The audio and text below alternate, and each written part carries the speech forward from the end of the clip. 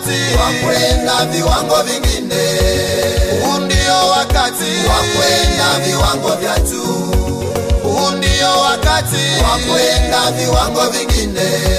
Huu ndio wakati unalitumia eti kiko huku unaingiza mkono pale, unaingiza mpaka chini, alafu unatoa hicho. Hapo wajinga anasema kweli alikuwa mchawi. Wamechonganisha wakaua watu huko Kigoma, mpaka watu wengine wamekimbia miji, wapumbavu wakubwa. Nilitamani niwafuate, nilikuwa naangalia kwenye TV nikaumia kweli. Nilitamani niwafuate wajinga wale. Haleluya. Wapuzi sana. Sikiliza. Niendelee nisiendelee? Hakuna wasemi. Niendelee nisiendelee? Kwa hiyo akampaka nini? Mafuta kwenye nini? Agano la Kale tunaona mafuta yalitumika kama ishara ya Roho Mtakatifu. Lakini pia mafuta yalitumika kama dawa. Dawa gani? Dawa ya kuchua au ya kupaka kwenye jeraha. Kwa sababu zamani kulikuwa kuna hizi dawa za tubu ambazo leo mnazinunua wapi? Madukani. Walikuwa wanatumia mafuta ya mzeituni, walikuwa wanatumia divai. Divai iko aina tatu, na kuna divai mpya ambayo ndio divai nini? Njema. Mnaita divai nini? Kuna divai njema ambayo haina kileo, kuna divai ambayo ikikamuliwa unaweka chachu mle ndani ndio inakuwa na nini? Na kileo. Kama vile kutu Kigoma tunatengeneza mtobe. Si mnafahamu mtobe? Mtobe ukiunywa, ukitengenezwa sasa hivi ni fresh. Ukiunywa hauwezi kulewesha na hauna madhara. Hello. Nimetamani leo nikufundishe nisihubiri. Sema amen. Amen. Sema amen.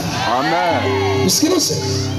Lakini ukiwekea chachu tunaita mangonge yale, tayari ukachemshwa, kesho yake ukinywa mzee una gharama hapo hapo. Sema amen. Kwa hiyo ile divai ilitumika pia kwenye majeraha, walikuwa wanatembea nayo. Sasa kuna andiko lingine wanalitumia ambalo ni Marko 6:13. Soma Marko 6:13.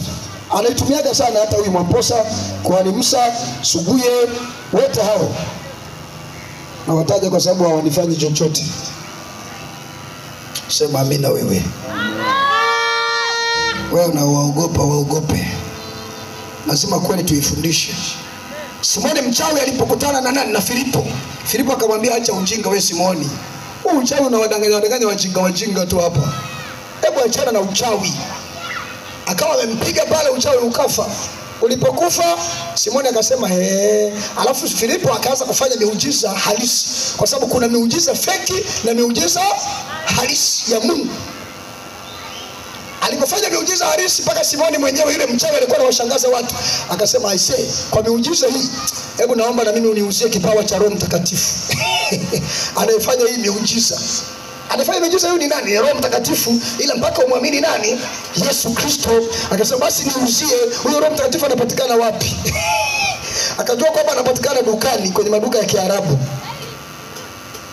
Kama hayo mafuta unaenda kununua, wanaagiza Nigeria huko. Yaani nakwambia ni hatari. Tusome Marko 6. Marko 6.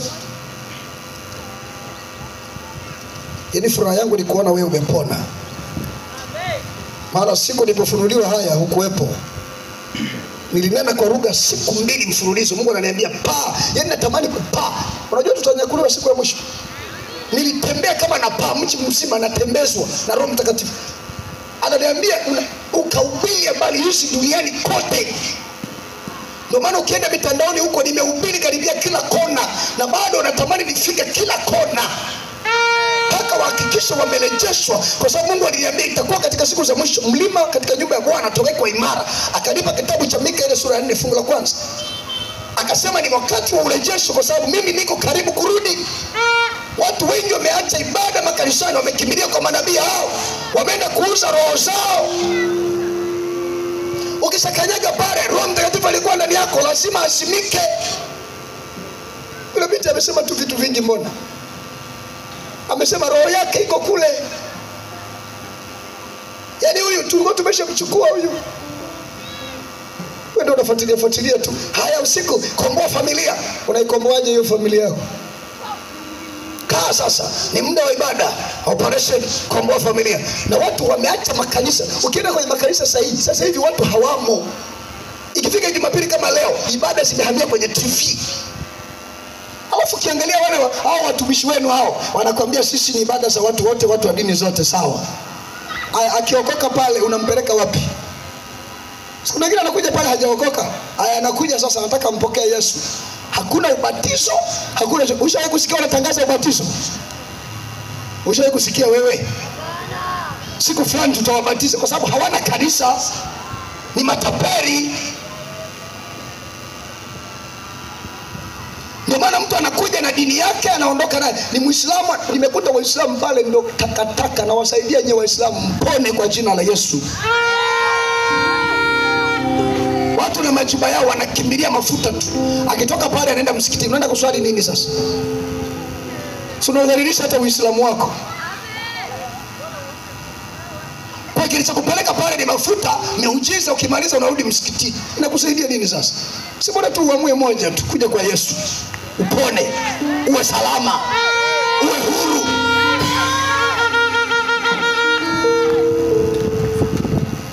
Mtachukia tu sana, na mchukie kwa jina la Yesu. Marko 6:13, nisikilize hii hapa. Wanapenda kuitumia sana ili andiko. Wakatoa pepo wengi, wakapaka mafuta watu wengi. Wakafanyaje? Mimi nataka tu ile neno, wakanywesha mafuta. Wakafanyaje? Waliwanywesha mafuta. Walipaka nini? Kumbe hawakuwanywesha eti. Nisikilize vizuri. 13 pale. Wakatoa pepo wengi, wakapaka mafuta watu wengi waliokuwa wagonjwa, wakawapoza. Wakafanyaje? Sasa nisikilize. Hapa ni Yesu alikuwa na wanafunzi wake. Wanaitumia sana ili andiko. Hapa nini yametumika? Mafuta. Na sisi tunatumia hapa nini? Mafuta. Huyu ni nani huyu? Ni Yesu. Alikuwa na nani? Na wanafunzi wake. Wakatoa pepo wengi, wakapaka mafuta walio wagonjwa, na wakapata nini? Wakawapoza. Sasa sikiliza. Wana display. Huyu ni nani? Yesu. Alikuwa na nani? Na wanafunzi wake. Wakatoa nini? Wakatoa pepo. Sasa ukiangalia tukio la kwanza lililotangulia pale ni kutoa nini? Sio kupaka mafuta. Walitoa nini? Nisikilize vizuri. Walitoa pepo kwanza. Sasa nataka uelewe vizuri. Mtu akilipuka na pepo, kama nilivyokufundisha kwamba mafuta yanatumika kama nini? Kama dawa ya majeraha. Mtu akitokwa na pepo, hata kabla hajatokwa na pepo, anaweza. Simona hapa juzi mmekesha vijana hapa. Mmeombea watu wengine mpaka saa 4 sijui usiku. Mnakesha. Mtu anajibiringita papa. Sasa akijibiringita anaweza kukutana na jiwe au akakutana na nini? Na kimti kikamkwangua. Ndio maana Biblia inasema wakatoa kwanza nini? Pepo. Kwa jina la nani? Ya Yesu Kristo.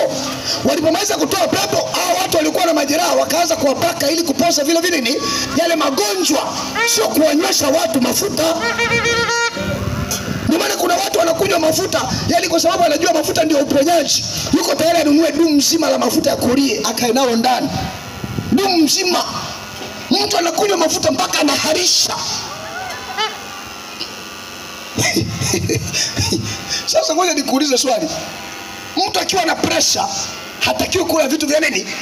Vya mafuta wala chumvi. Umeenda kwa nabii anatumia chumvi za upako. Mama mmoja wakati namwombea anasemaje?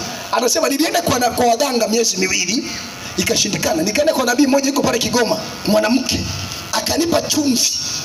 Tena chumvi unanunua pale kwake, anaduka. Usije naye wewe, anaduka. Ili umchangie. Sasa unataka yeye ale wapi? Hapo. Ale wapi wewe? Sikiliza, akampa chumvi, akaanza kumpa masharti ya matumizi. Akamwambia hii chumvi nyingine nenda kasike katikati ya nyumba yako, nyingine kamwage chini ya kitanda, nyingine ukaogee kaburini, kwenye kaburi. Ukaoge. Kama nasema uongo, ingia Steven Majaliwa TV. Nenda kaandike hivi, mwanamke msukule aliyerejeshwa Kigoma. Nenda pale ukaangalia. Huyu mama alikuwa ameshachukuliwa msukule. Alafu ameenda kwa nabii anapewa chumvi. Majini anasema tulishamchukua hapa, tulikuwa tumeweka mti, ni mti tu unatembea. Siku moja anaugua anakufa, hata hivi ana bahati. Ana bahati kwa sababu gani? Kuna kipindi alikuwa anaenda kwenye kanisa la Kipentekoste, mara moja anaenda, anasali leo, miezi 3 inaisha. Yaani ile kwenda mara moja ndio ikawa inamsaidia. Unanielewa Unanielewa wewe? Si hata wewe una mafuta kwenye mkoba hapo, au tukague? Yaani mafuta leo ndio Roho Mtakatifu. Kuna watu hawalali ndani bila maji, bila mafuta, na ni mpango wa kuzimu ili watu wasimtafute Mungu, watafute mafuta na maji na stika na vitambaa. Mtu leo hataki kuomba na hawezi kuomba kwa sababu anajua bishop apostle anaanzisha ombea hivi vitu vina upako. Kwa hiyo mimi naomba nini tena? Ni matumizi tu. Aise, ni hatari. Inatisha sana kizazi hiki. Yesu alikiita ni kizazi cha nyoka, tena kizazi cha zinaa, kinachotaka ishara kuliko neno la nani? La Mungu. Ni kizazi kinataka ishara na miujiza kuliko neno la Mungu. Watu wanakimbilia ishara na miujiza kuliko neno la kweli ili waende mbinguni. Sasa hivi si wakati wa kutafuta ishara na miujiza, mtafute kwanza Mungu. Amen. Tafuta neno sahihi ili uende mbinguni. Ni wakati wa kuiponya roho yako kwanza kuliko mwili wako. Sema amina tena wewe. Usikiliza wewe unaenda huko kutafuta sijui chumba. Eti kansa imepona. Kansa sio shida. Kwani kansa ameiweka ndani, si shetani? Akiondoa kuna shida gani? Ameiweka mwenyewe afa anakuja anaiondoa. Sasa ngoja nikwambie kitu kingine. Kuna watu wengi wananiambia tumeenda kule tukaona miujiza, watu wametendewa ndio watu kafutwa. Watu wanavutwa na nini? Na shuhuda. Zile shuhuda za watu. Nilikuwa na madeni milioni 10 nimelipiwa. Umelipiwa na nani? Muulize swali, amelipiwa na nani? Yeye aliyekulipia milioni 10 huyo ni nani? Mjinga ambaye hana pa kuzipeleka hizo hela akakulipia wewe. Nyanyua simu, ananyanyua simu wajinga. Unapokea hela, unazikutoka wapi? Mbinguni. Ile hela zinatoka wapi? Mbinguni. Washa taa, ukiwasha taa tayari taa yako imewaka. Acha upumbavu. Taa ni Roho Mtakatifu. Akishakaa ndani yako lazima uwake kwa jina la Yesu. Sikiliza. Nisikilize vizuri. Wanaotafutwa ni wateule watakatifu. Wewe ukishakanyaga pale ulikuwa mtakatifu na ni mteule, umeokoka. Tayari umekwisha. Ila wapagani wakija wanaona miujiza. Na hao wapagani, wewe nikwambie, hao wapagani maana yake hawajakusudiwa ufalme wa Mungu, kwa sababu kuna watu walishakusudiwa ufalme wa Mungu toka kabla ya misingi ya dunia kuwako. Sasa wale ambao hawajakusudia ufalme wa Mungu ndio hao miujiza inawatokea ili iwe chambo kukuvuta wewe. Ukishaona ile miujiza unavutwa, ukienda pale hakuna. Utakunywa maji na mafuta na chumvi mpaka utakonda ubaki kama stiki. Utaharisha mpaka pofu. Lakini tatizo liko pale. Nimekutana na binti mmoja wakati nahubiri hivi. Yule binti wakati wanakuja watu kuombea akalipuka mapepo, tumbo limevimba hivi. Amekaa kwa Mwamposa miezi 3. Pesa zimeisha. Kuna watu wako pale wana miezi 6. Wengine wanafia huko. Kama mlisikia huko Kenya, si Ezekiel nani yule? Acha Chacha Makenzi yule aliwaambia watu wafunge mpaka wafe. Waende wakaonane na Yesu. Afu yeye hakufunga na wala hakufa. Mpaka leo ni jamani na dunda tu lina magari hivi. Walipeleka mahakamani likasemaje? Mimi niliwaambia watu wafunge mpaka wafe wakakutana na Mungu wao. Sasa nataka niwaulize wewe wakili na wewe hakimu. Unajuaje kama hao watu hawakutana na Mungu kweli? Hilo ndio swali nililowauliza. Mnajuaje kama hawa watu kweli hawakutana nini na Mungu? Kwa sababu ni swala la kiimani. Hii kesi ni ya kiimani. Mimi ni mtumishi wa Mungu. Sawa ni kiongozi wa kiimani. Mungu ameniambia kwamba niwaambie kanisa wafunge mpaka wafe. Sasa niambie wewe wakili, wewe hakimu, unajuaje kama watu hawakwenda kwa Mungu kweli? Ukiniletea ushahidi una haki ya kunifunga. Kama ushahidi haupo niache. Ni hatari sana hao watu, kwa sababu Biblia inasema kondoo wanaisikia sauti ya nani? Ya mchungaji. Kwa kama unaenda porini na wewe atakupeleka huko, kama ndani ya shimo utadumbukia humo, mchungaji humo ndani ya shimo na wewe utamfuata humo. Sasa hivi ni wajanja, wanadumbukia shimoni ila wanawatanguliza kwanza kondoo. Kondoo wafunge mpaka wafe, ila jamaa linadunda afi naambia mali zote leteni. Mlisikia ya juzi tarehe 23 South Africa, ni jamaa likawatangazia kwamba tarehe 23 ndio siku za mwisho, ndio siku ya mwisho Yesu anarudi kuchukua kanisa. Sasa uzeni mali zenu zote, mlete pesa hapa. Uzeni mali zenu zote, mlete pesa hapa kwa sababu Yesu anarudi.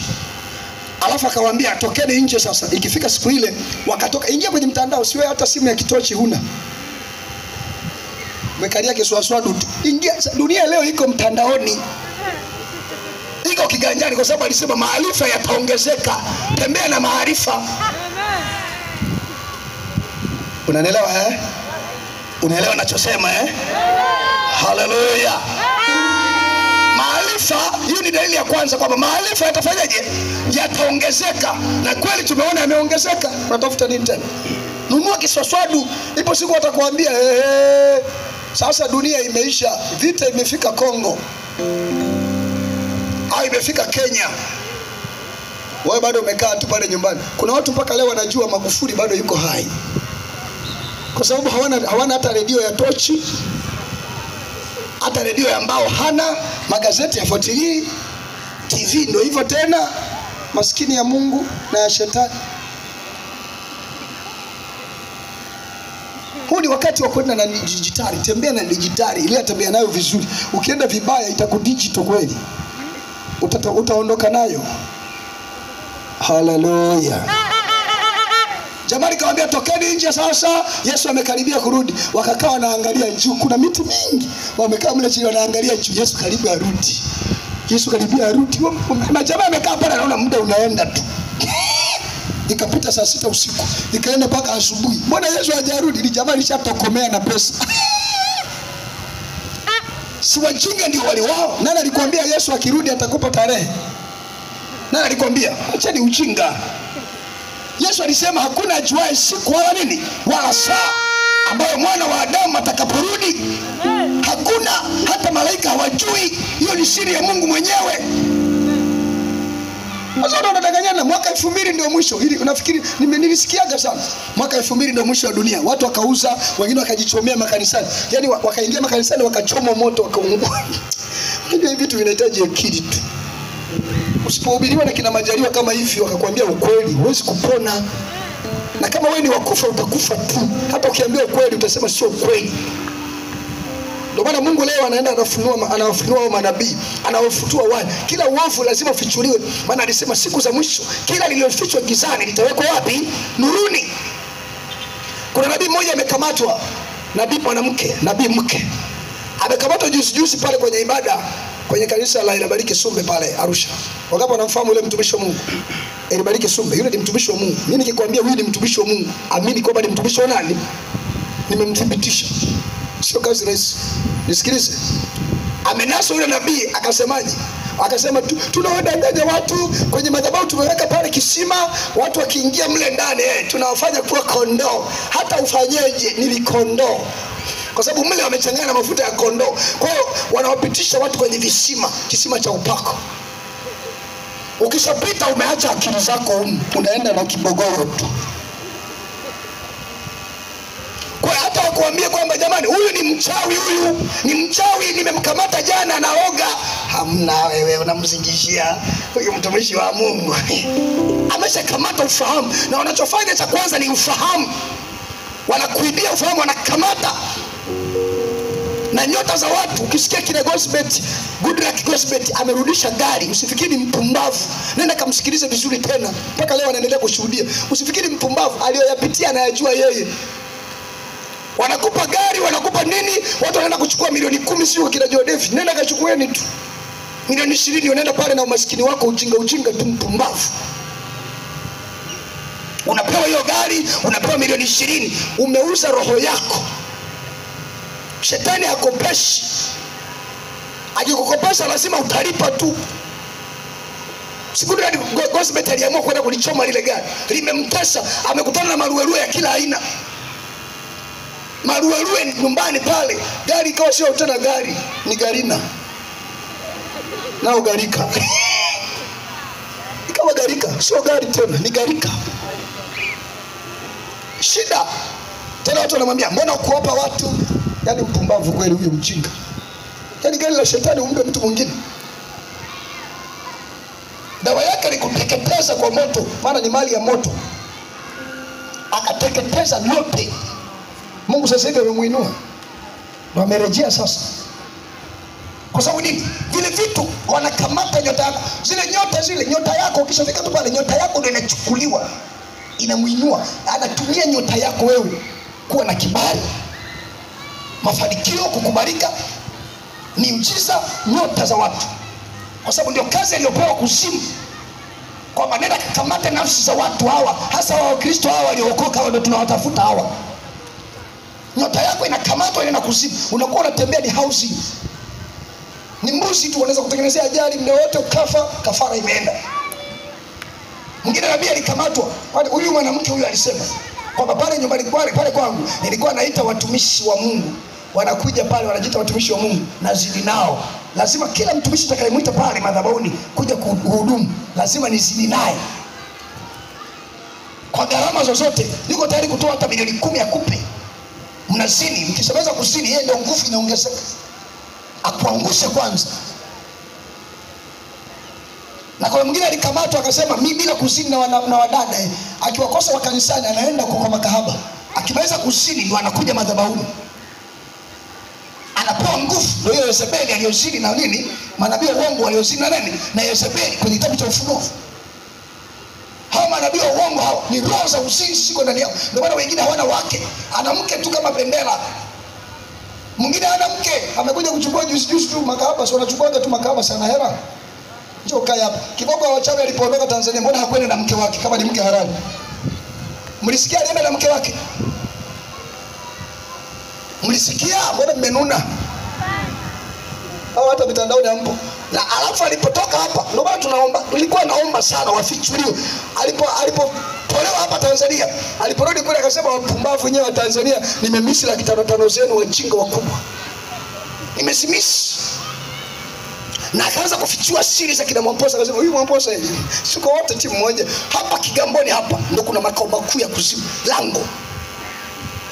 Ndio ibada unaenda kuzifanyia hapo na nguvu. Yeye mwenyewe anasema nilitoa gharama. Unafikiri huyu muujiza, unafikiri upako niliupata kirahisi? Mimi mwenyewe nilitoa gharama. Unaelewa maana yake? Lazima utoe gharama. Siku 7 alienda kule. Wanaenda kuzimu huko kupokea nguvu. Roho hizo za utambuzi ni majini. Inapatikana kwenye kitabu kile cha Matendo ya Mitume 16:16. Yule binti alikuwa na pepo la utambuzi. Anamwambia Paulo, unaona hao watumishi, hao ni watumishi wa Mungu kweli kweli. Ni watumishi wa Mungu aliye juu. Ili kujifunika ili wasimtambue. Paulo ikafika wakati akasema, huyu sio roho wa Mungu huyu. Huyu sio roho wa Mungu huyu. Akaona sio roho wa Mungu huyu. Ili ni pepo. Akamkemea, kumkemea likaondoka. Lilipoondoka ndio chanzo cha Paulo na Sila kwenda gerezani. Kwa sababu tumaini lao alikuwa anatumika kama mtaji wa watu.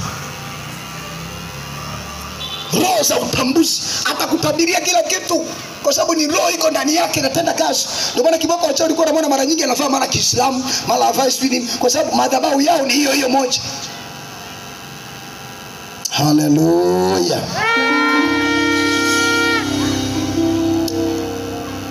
Mungu akubariki sana.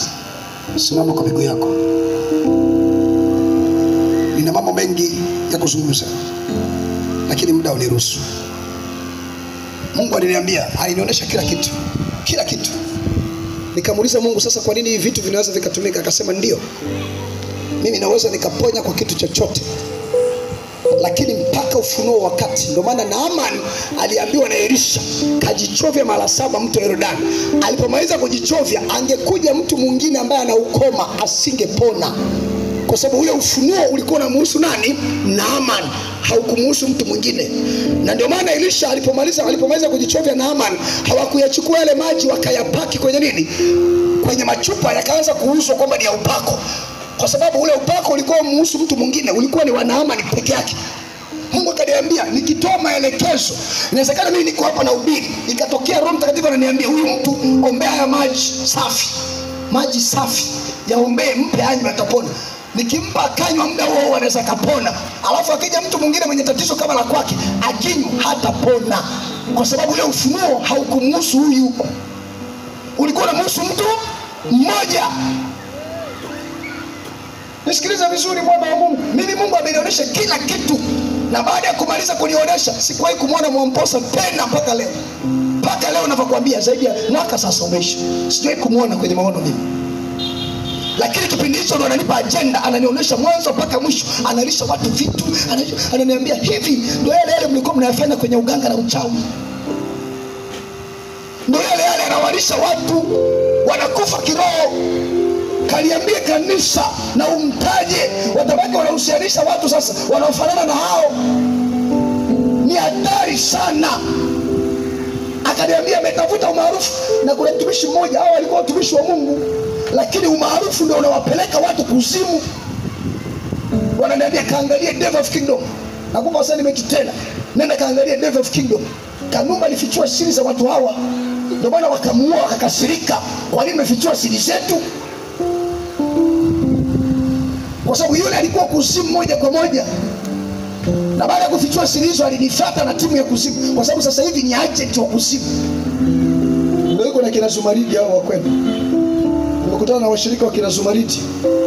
Wananiambia siku moja walichinja ng'ombe, alafu akapewa damu ya ng'ombe. Alafu anaambiwa anaiombea eti ndio damu ya Yesu. Kaweke ndani. Nyingine mwe mnakunywa, mnachanganya na nini? Unaona hivi vitu jamani?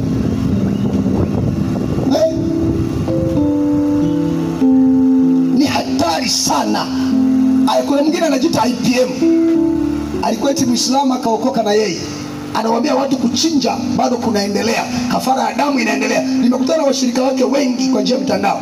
Wananiambia mtumishi wa Mungu, nimepeleka hadi mbuzi, ananiambia nilete mbuzi achinje. Kuna madhabahu iko nyuma ya kanisa lake, nyuma kule.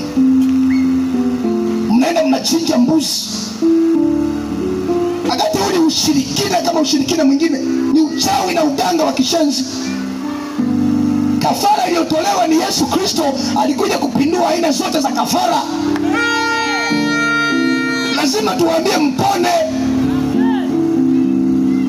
Na watu wanasongamana huko kwa sababu wajinga ndio wao wanaangalia mafanikio. Sikiliza, hata Freemason wanaachilia mafanikio kwa watu wanafanikiwa.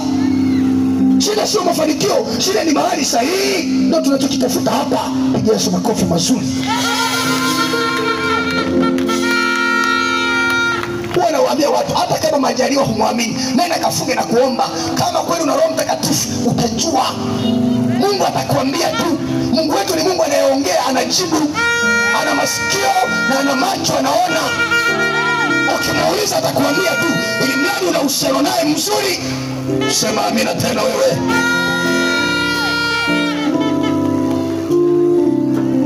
Wewe mtu anasema umekuja kufichua siri zetu. Sasa utaona. Tena anamwambia na Obedi Katunzi, na wewe Obedi Katunzi jipange. Obedi Katunzi wao anawapiga kweli na wanamshambulia. Kwa kushambulia wewe ni nini? Lazima ukweli tuseme. Eti na wewe Obedi Katunzi jipange. Kwa nini umemleta huyu mtumishi hapa? Amekuja kufichua hizi siri zetu. Watu wengi wamefunguliwa kule. Mtu yuko kanisani, anatembea na machupa ya maji ya upako.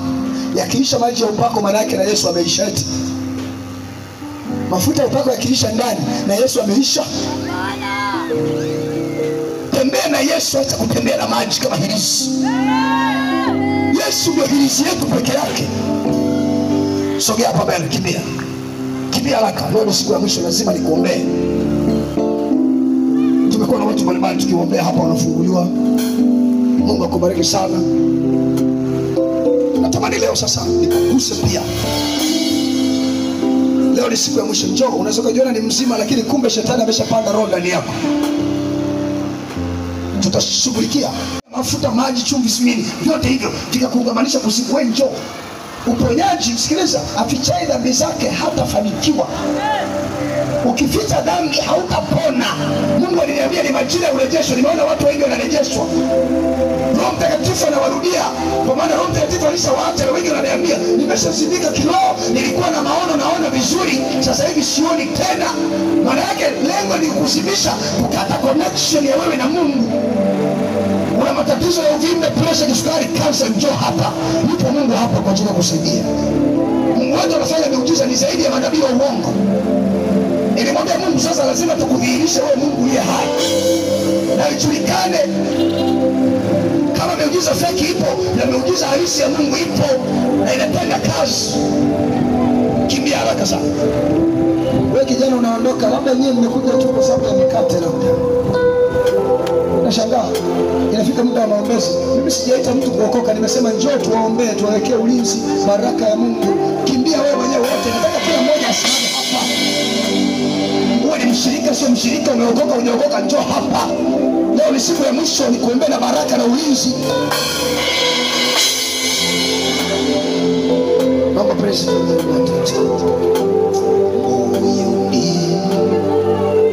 Moyoni nimempata Yesu, moyoni mwangu, oh moyoni mwangu, oh moyoni mwangu, oh moyoni mwangu, oh moyoni mwangu. Sogea wakati unasogea.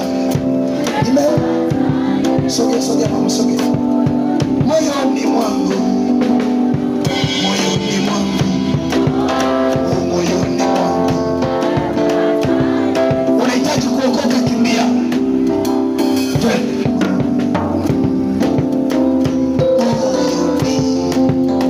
Nimempata Yesu, moyoni mwangu, moyoni mwangu, moyoni mwangu. Moyoni mwangu,